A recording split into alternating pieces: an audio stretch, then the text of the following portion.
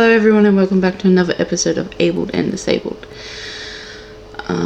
Sorry for the long wait of the next episode. Some medical stuff came up, personal life stuff came up, other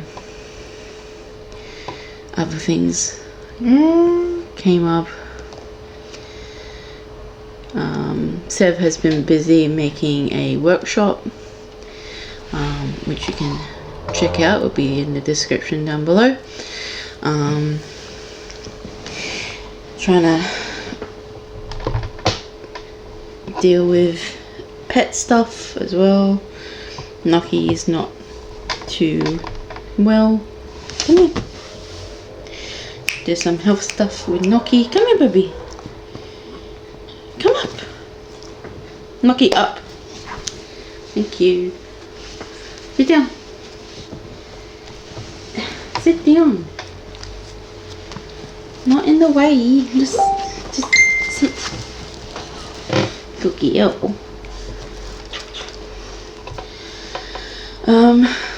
Yeah, just other things that we had to take care of. Today's episode is going to be about living with an unknown disability, the journey of undiagnosis.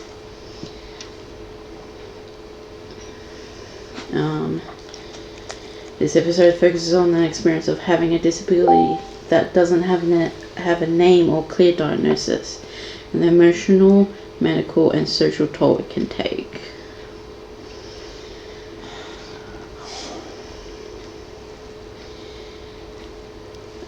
Where am I up to?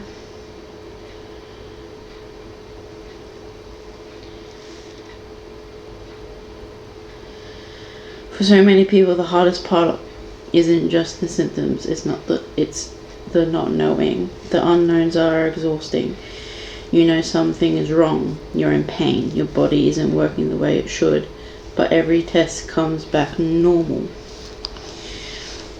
Every specialist shrugs. You hear things like, it's just anxiety.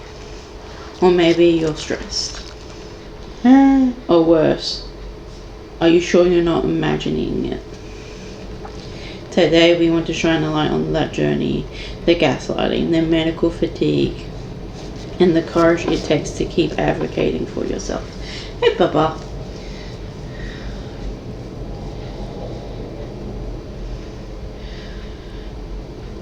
So what do we mean when we say unknown disability? It's when someone has a significant symptoms or impairments, pain, mobility issues, fatigue, neurological symptoms, but no confirmed diagnosis or name for it. It can be a chronic illness, it can be episodic. Sometimes the body just doesn't work the way it's supposed to, and no one can figure out why. Hey, Baba. Some people call it diagnostics limbo. Others say they feel like a medical mystery. Either way, it's isolating.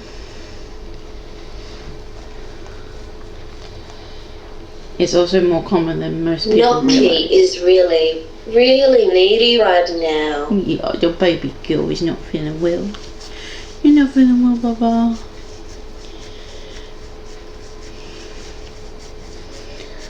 Yeah, that's okay. You got it.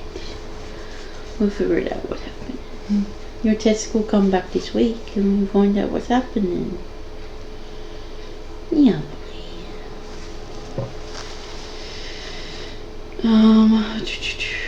It's also more common than most people realize. There are thousands of rare diseases, poorly understood conditions, or mixed symptoms clusters that don't fit into one tiny box.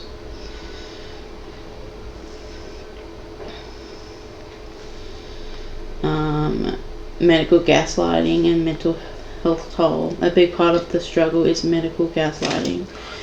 When people aren't believed, they start to doubt themselves. It's more common for doctors to dismiss these patients as overreacting, anxious, or attention seeking. Yeah, and we've both seen that firsthand in our communities, both being told to lose weight or that it's just hormones when it's actually happening is something deeper. Yeah, baby, it's okay. Being in constant pain but having no proof that'll mess with your head. And which is why we always remind folks your experience is valid even if there's no name for it yet. So what do you do when you're in that space of unknown? First, keep a systems journal, track everything, dates, triggers, severity, changes. It helps you and it helps future doctors. Second, find a community, online groups, support forums, chronic illness hashtags. There are people out there who understand, even if they don't have the same condition. And third, don't be afraid to fire your doctor. If someone doesn't listen, respect you, or take you seriously, they're not the right fit. Exactly. So, blah, blah, blah. You deserve care, not dismissal.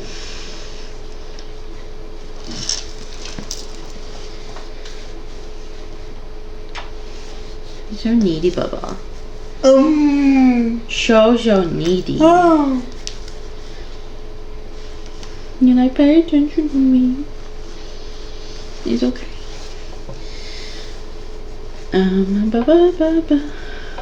Let's talk about the diagnosis trap. On one hand, we live in a world obsessed with labels. You're not official until you've got that diagnosis in your file. But here's the thing, diagnosis doesn't always equal treatment. And lack of diagnosis doesn't mean you're not disabled.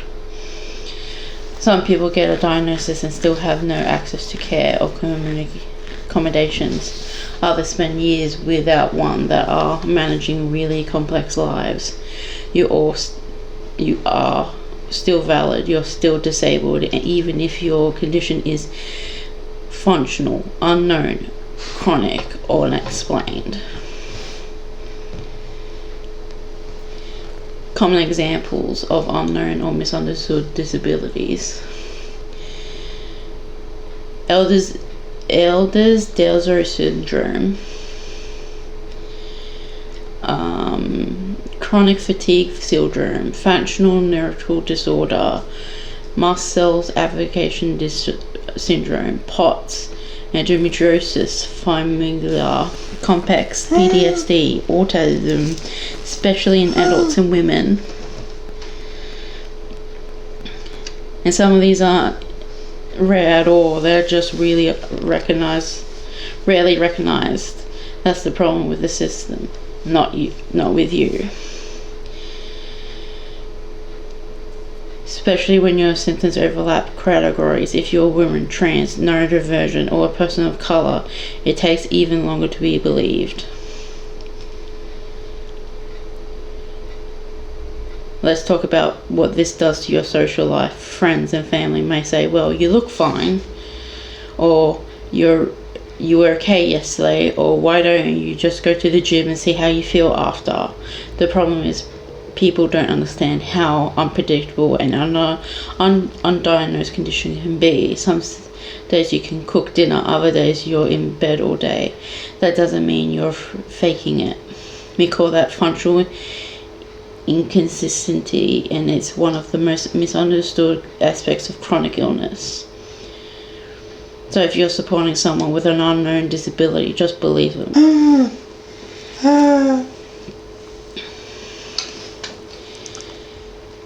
Resources of what you can do while you wait. Let's finish with some real tools for those stuck in the diagnosis world.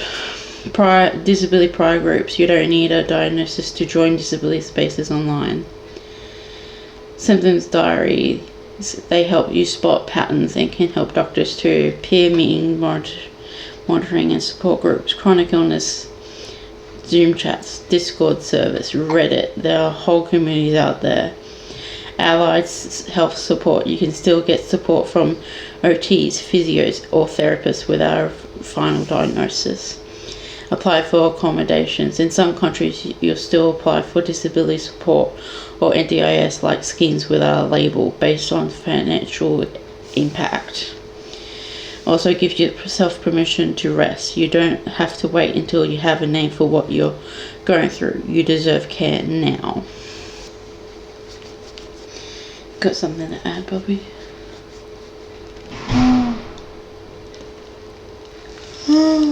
That you completely understand because you have endometriosis, and a lot of people turn around and said you're making it up or it's in your head.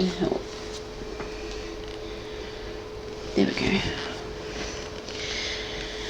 There's so much power in saying I don't know what this is, but I know it's real. That's brave. We see you, and we hope this episode made you feel just a bit more seen too.